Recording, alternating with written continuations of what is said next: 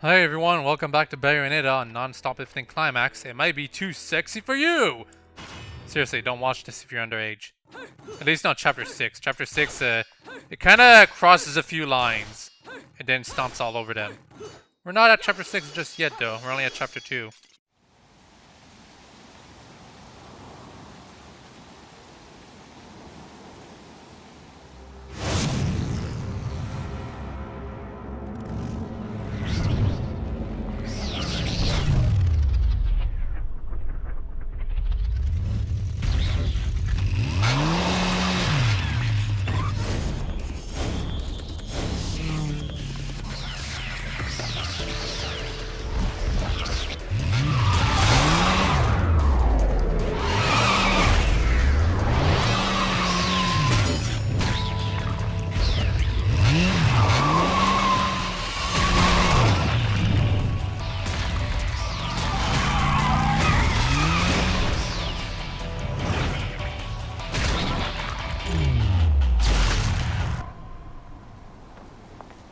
Fancy bumping into you here.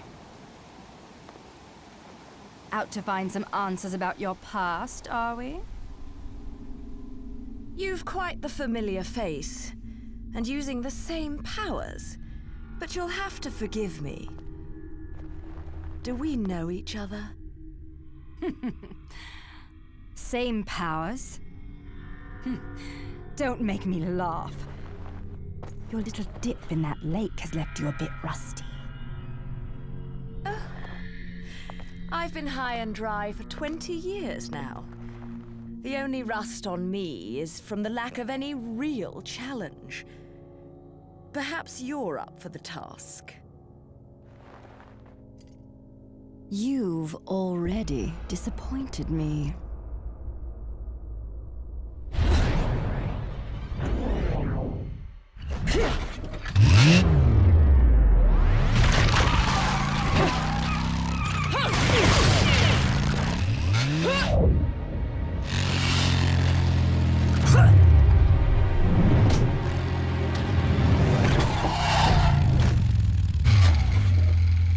This is a moment I've long desired. But you've forgotten your destiny and wasted the past 20 years. You're right. I do seem to be having trouble remembering things of late. Would you be so kind as to take it from the top? 2 overseers, the eyes of the world. They are the power behind everything.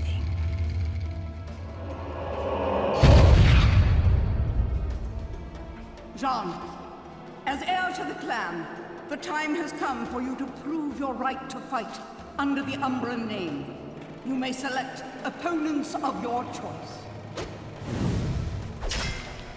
Then allow me to face the outcast. None. Helen Kiadagat. The child is of impure blood. Challenging her would be a violation of our tenets of faith. It would not be the first time we faced each other. Kiard? Will you face me in this hallowed arena? Well, if I must. But I pray you've got a little something for me in return. You know, I'm very fond of stuffed animals. Yeah! Yeah!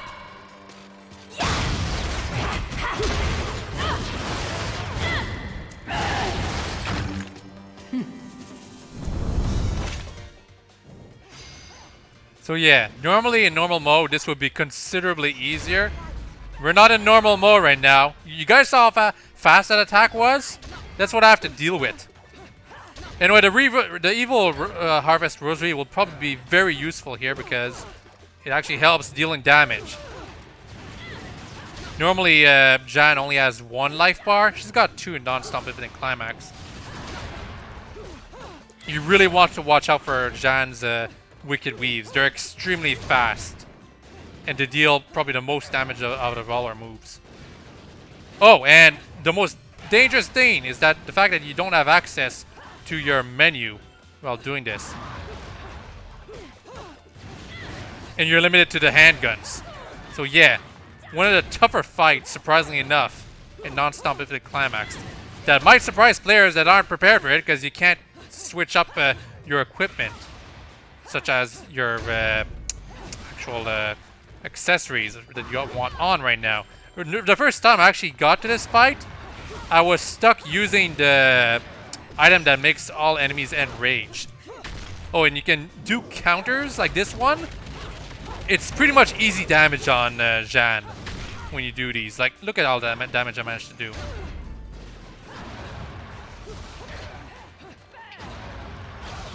There we go. Not so difficult, but just because I was used to it now. The first time, she managed to make me use 2 red hot shots.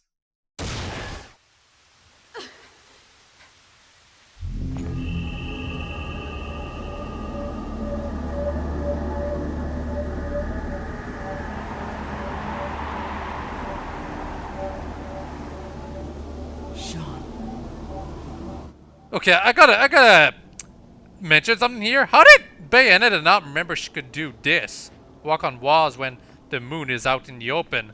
She had 20 years to learn this ability. I can understand her not learning Panther Within and Crow Form and stuff like that, but it's so weird that it took her this long to learn her lunar ability. Anyway, there's a broken witch heart that is in this thing right here. The very last witch heart I found in the game. Crazy, huh? Just because you discount these things, these statues that you can break.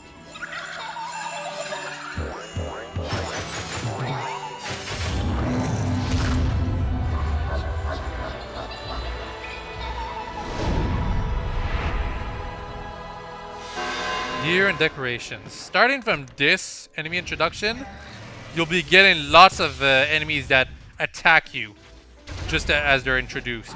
So you want to be careful when it stops being a cutscene. This enemy actually regenerates the decoration or the big head, basically. So you want to be quick when you take care of him. Dang it, I thought I dodged him. I guess it's because I was stuck on the wall.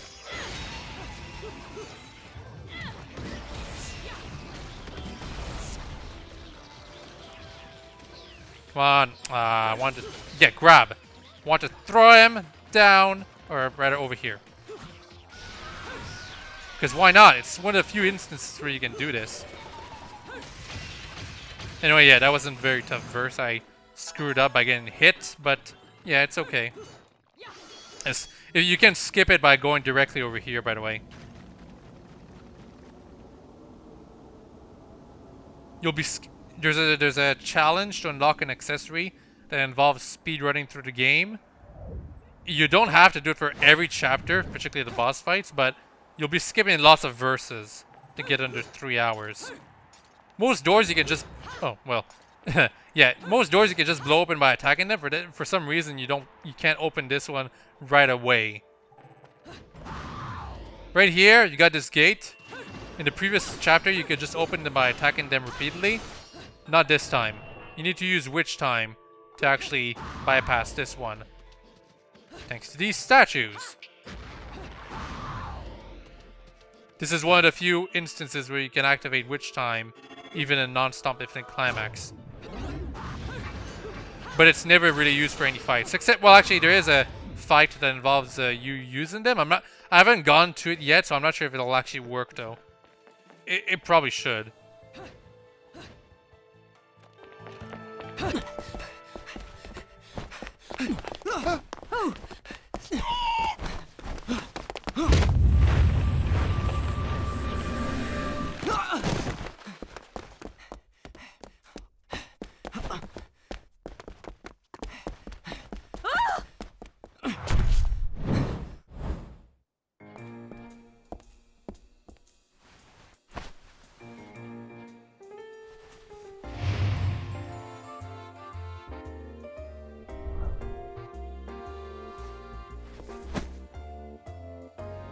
Do you believe in fate? Fate brought us here together, and it will never tear us apart.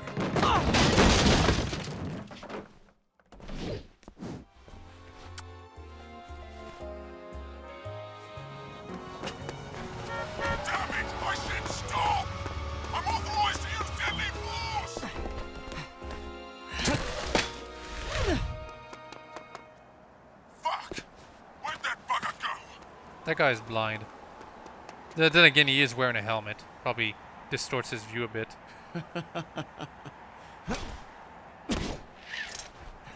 Sayonara.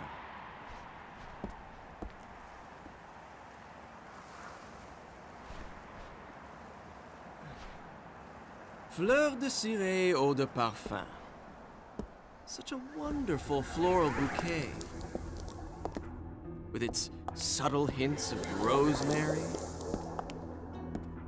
You know, in the language of flowers, rosemary equates to remembrance.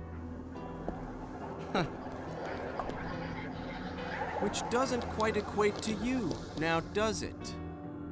Bayonetta! Shit! Will you stop that? That little bug on Enzo was a nice touch. Seeing you here, I suppose it wasn't the only one. You've certainly bloomed, haven't you, my little Cheshire puss? I'm not your pet. The name is Luka. A name you'd better remember. Ah! Shit! Damn it! Wait! You can't just run away from me like that! I know what I saw that day!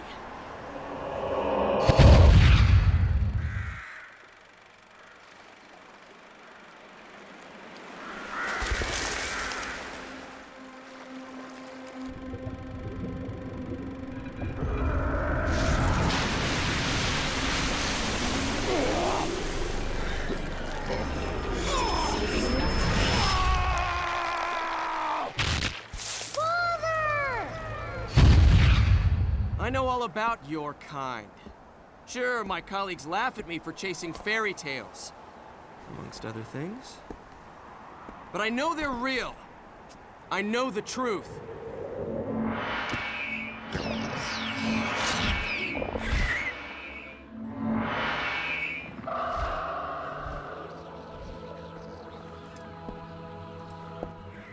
This smell. It's the same smell that clung to the air the day my father was murdered. Which means I'm right on your doorstep, Bayonetta.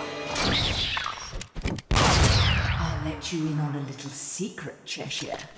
The name is Luka.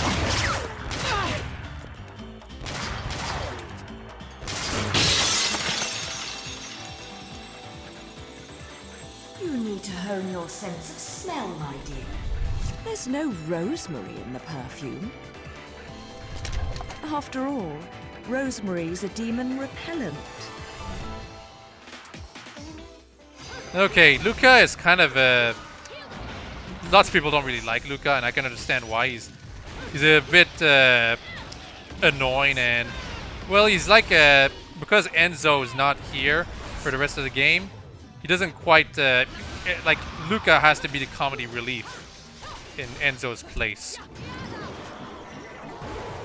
He's not that bad of a character. He's just like the least, the one I don't like that much compared to the other ones. Oh, actually, now that I think about it, I forgot about the kid. Yeah, okay, Luka's not that bad, but still. It's kind of overused in some scenes. His cutscenes last a fairly long time as part of the issue.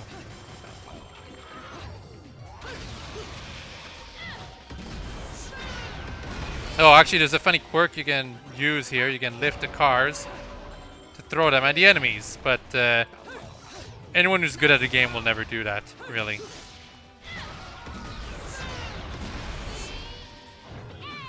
Oh, dang it.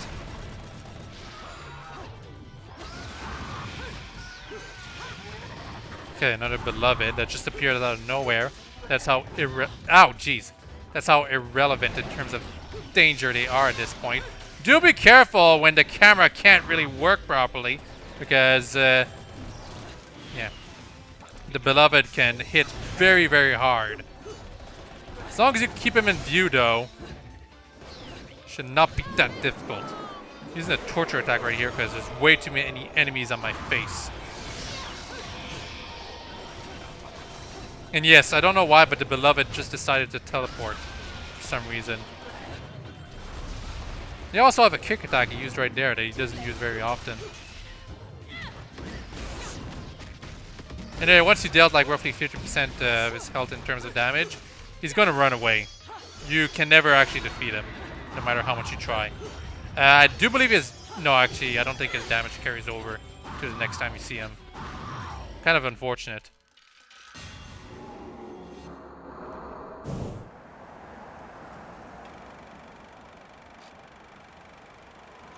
You only run away so fast because you've got something to run from. Me!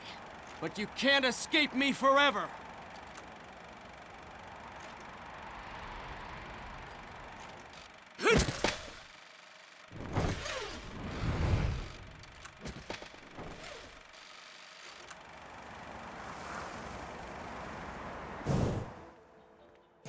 He's got motivations and shit and all that you need for a character to have a place in the story. It's just that he's the only human that carries over to the very end of the game, and he survives for much longer than he really ought to. Like, for the situations he gets himself into, but since he's like comedy relief, he gets to survive these crazy shenanigans he gets himself into.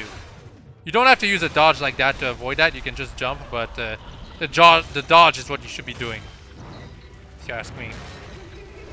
This enemy is not used that often, the enchant, but considering what it does right at the beginning of its introduction,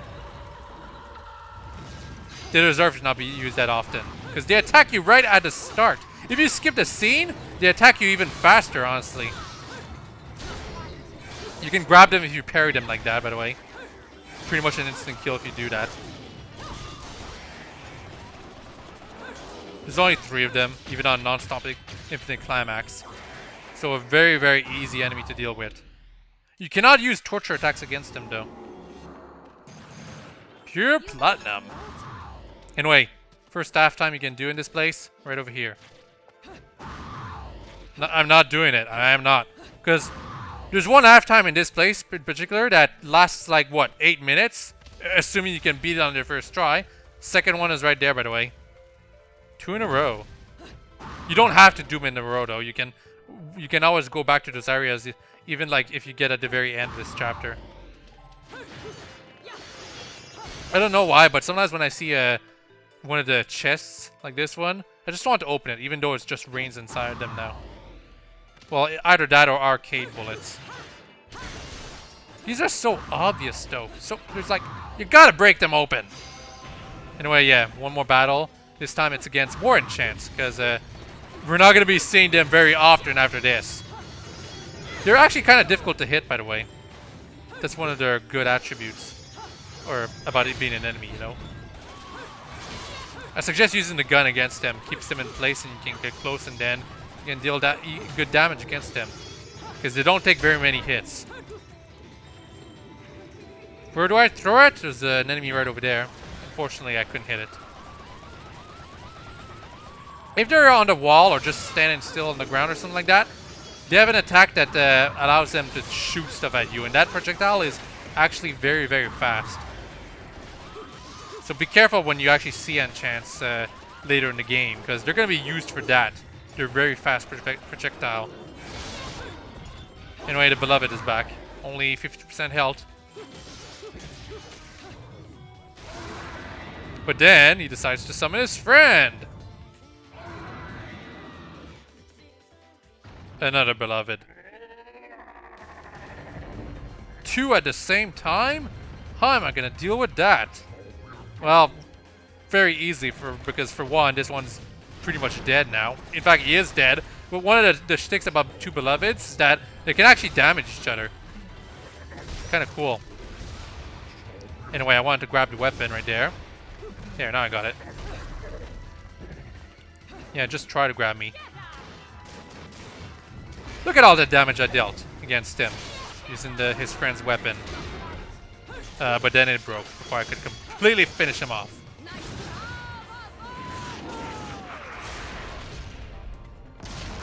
We're seeing this demon right here quite often, but later in the game we'll be seeing A different variety of them. Particularly for bosses, though.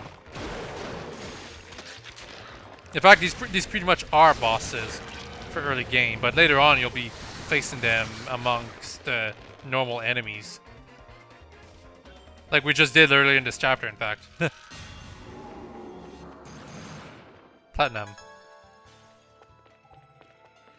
Okay, I just want to check his name. You can check in the files right here. Infernal Demons.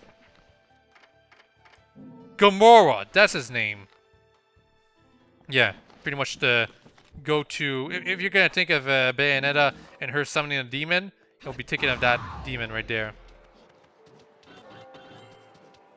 Can't do anything here yet. So let's go all the way over here to fight a Joy. If you were in easier difficulties, it would just be an angel. Like an Applaud, I think that's their name. It's kind of cool that these enemies can block your shots, but they don't do it that well. Also, it's only one Joy, so she's very easy to deal with. Joys are more difficult to deal with when there's other enemies to distract you from them. But even then, if there's only one Joy, you can just immediately focus on it and defeat it very, very quickly. It's when there's like multiple Joys that they become extremely annoying to handle. Anyway, there was a witch heart right up here that I missed for several playthroughs. It's right up here. And in the next chapter, we'll be going through a repeat of this area. There's going to be a NAF time right over there. I'm saying that right now because it's one of the hardest, the easiest NAF times to miss. Because for many, many games, I never even knew you could go up here. Anyway, normally we would go over here to activate witch time to pass over a bridge. We don't actually have to do that now that we have Panther within. However, I'm going back to earlier in this place because I need to show a NAF time that actually showed up.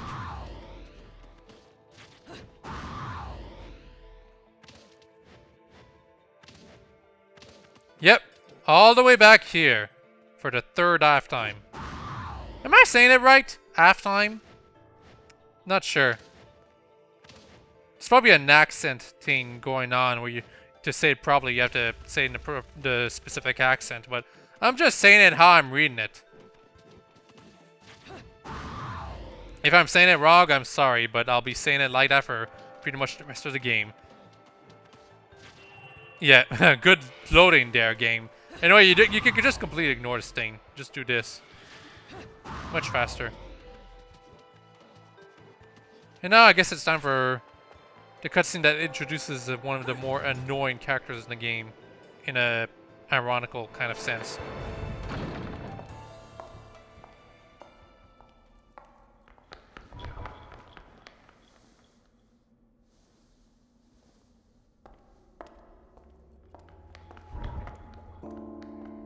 Who's there?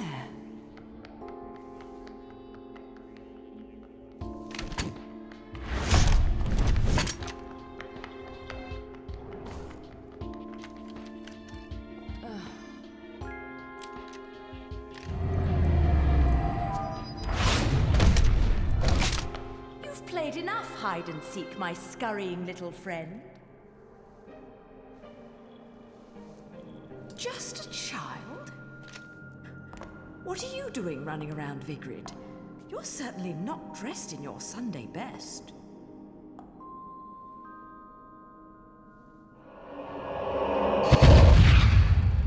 Fly me to the moon and let me play among the stars. Let me see what spring is like on Jupiter and Mars. In other words,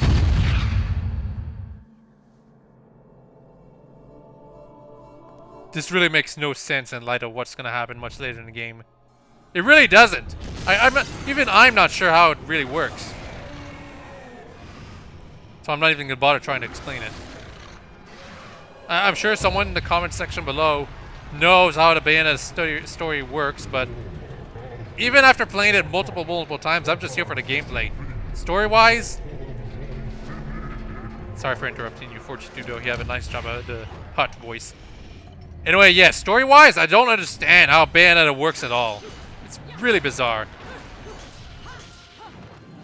I'm completely messing up this fight right here, but with the sword, it really doesn't last that long.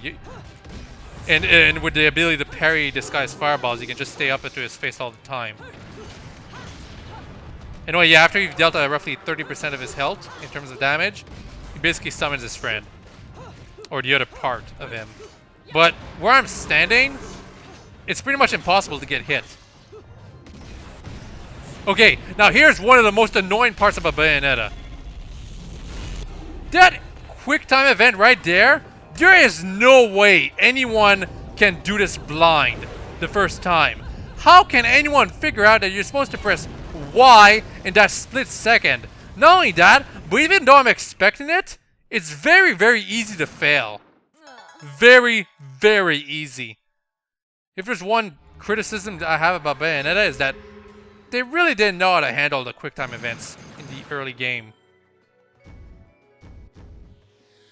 Anyway, yeah, even though I got mostly platinums, because I ignored all 3 half times, I only got a gold award. Faster than before, but not as good of a score, so I'm gonna not update that. Ladies and gentlemen, it's what no one's been waiting for. Angel Attack! Okay, so that was chapter 2. The story moved forward a bit, but it's about to get burning hot next time. Burning Ground is probably, in fact, the first tough chapter of the game. Well, if you're going for half times anyway. Hope you've all enjoyed this video and hope you all have a very nice day. Bye-bye.